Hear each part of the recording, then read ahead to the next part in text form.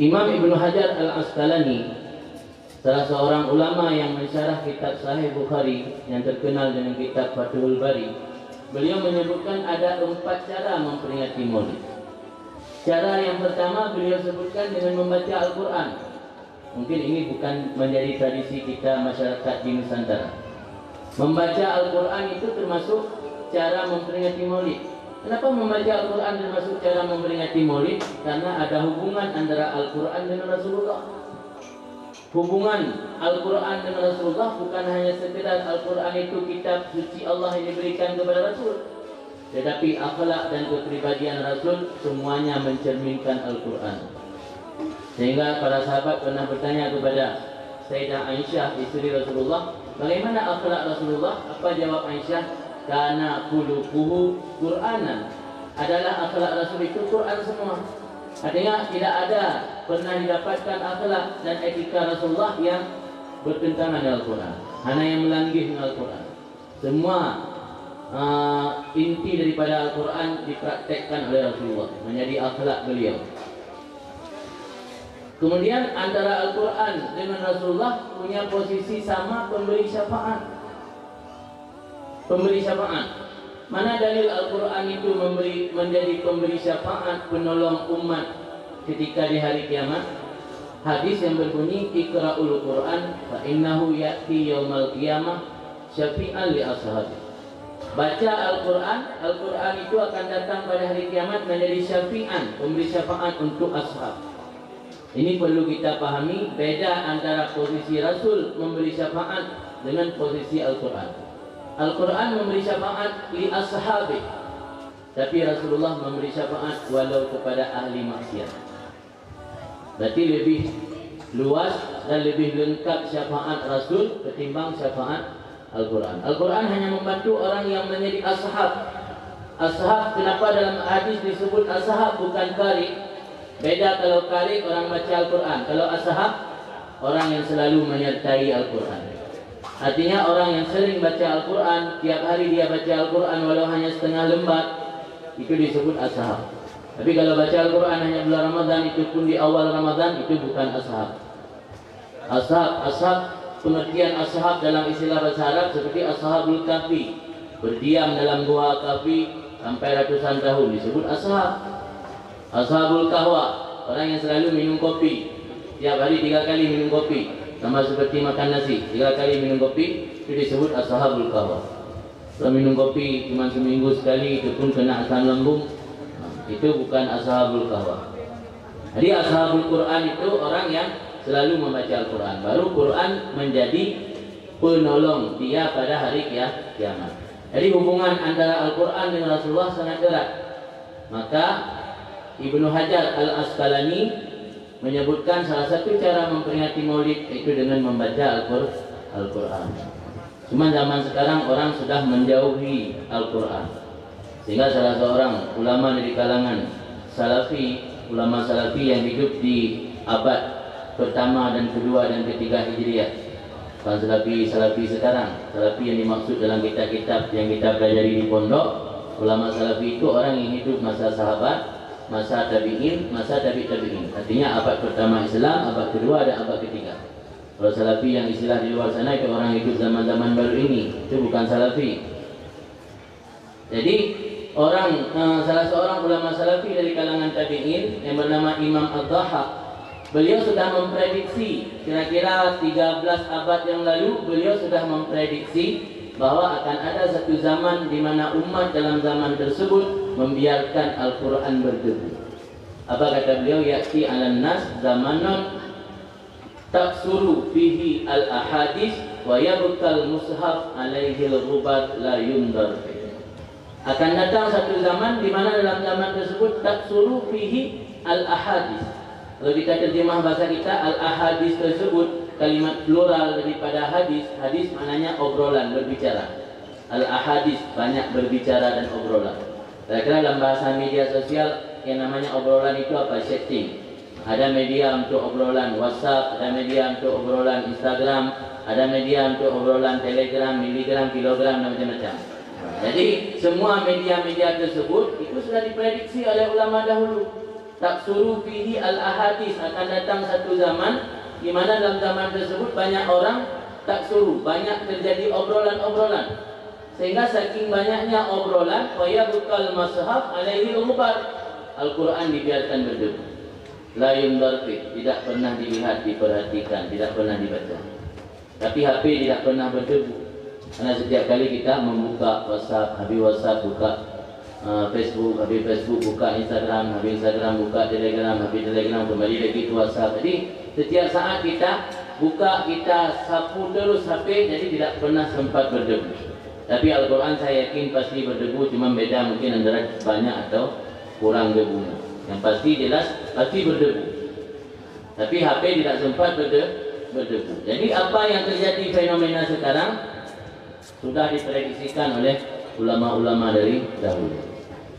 Maka jauhnya umat daripada Al-Quran ini menjadi salah satu penyebab umat ini sulit untuk menghindar diri daripada terjerumus dalam fitnah zaman, terseret dalam fitnah zaman. Kedua, cara memperingati Maulid menurut Ibnu Hajar Asqalani yaitu dengan banyak bersedekah. Orang yang punya harta Allah titipkan bersedekah harta tersebut untuk kebaikan, itu salah satu bentuk memperingati Maulid. Karena banyak sekali hadis Nabi menganjurkan kita bersedekah.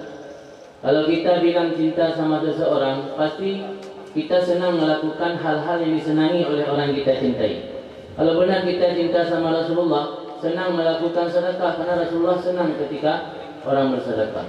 Sampai-sampai hal yang tidak mungkin terjadi, tapi Rasulullah mengatakan mungkin dengan bersedekah.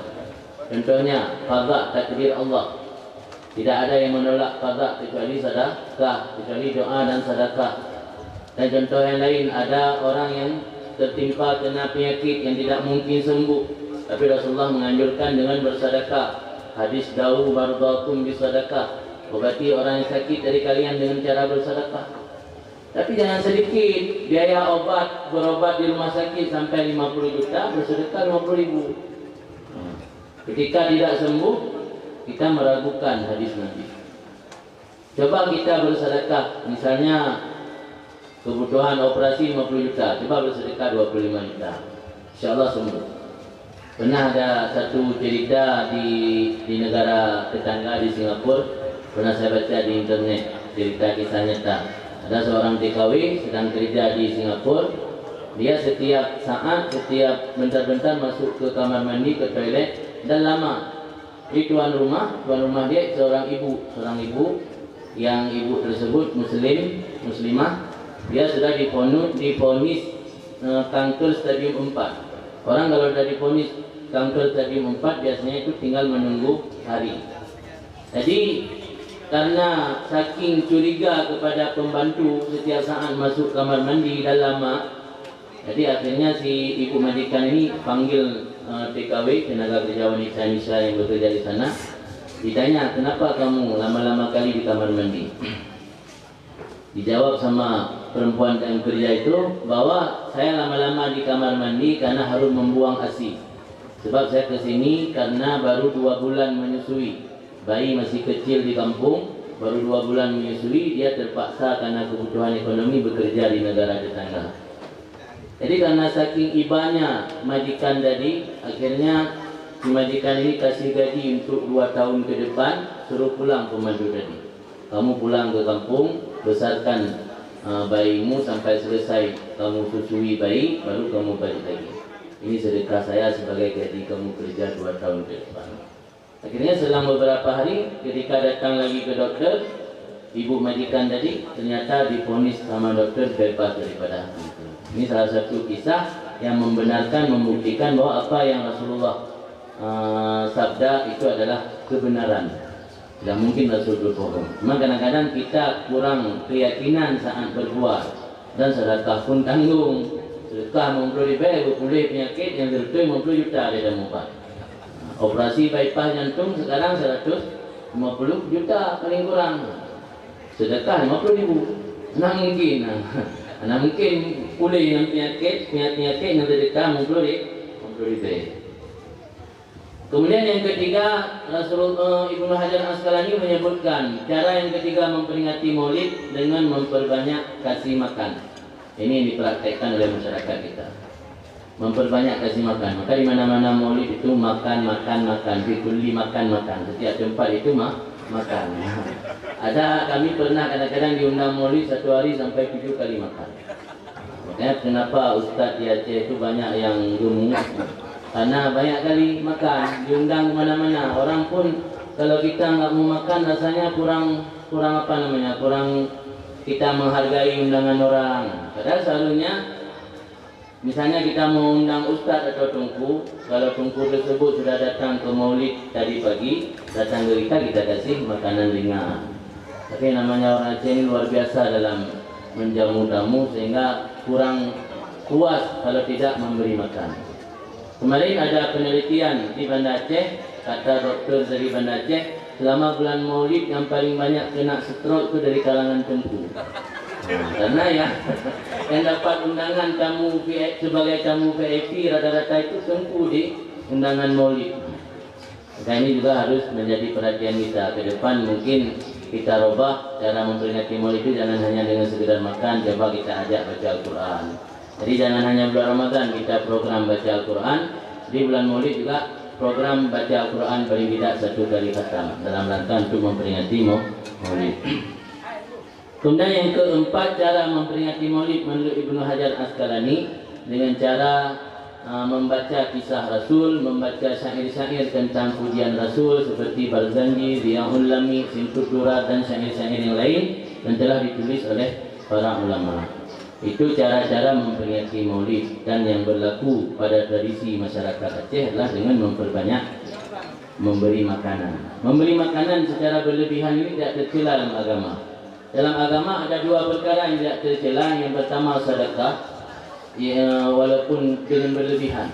Karena dalam agama kita perbuatan yang berlebihan itu dicela. Dalilnya ayat yang berbunyi innallaha la yuhibbul musrifin, Allah tidak suka kepada orang yang berlebih-lebihan. Kecuali kata ulama 2 perkara yang boleh berlebihan dan tidak tercela. Pertama bersedekah, yang kedua memuliakan tamu.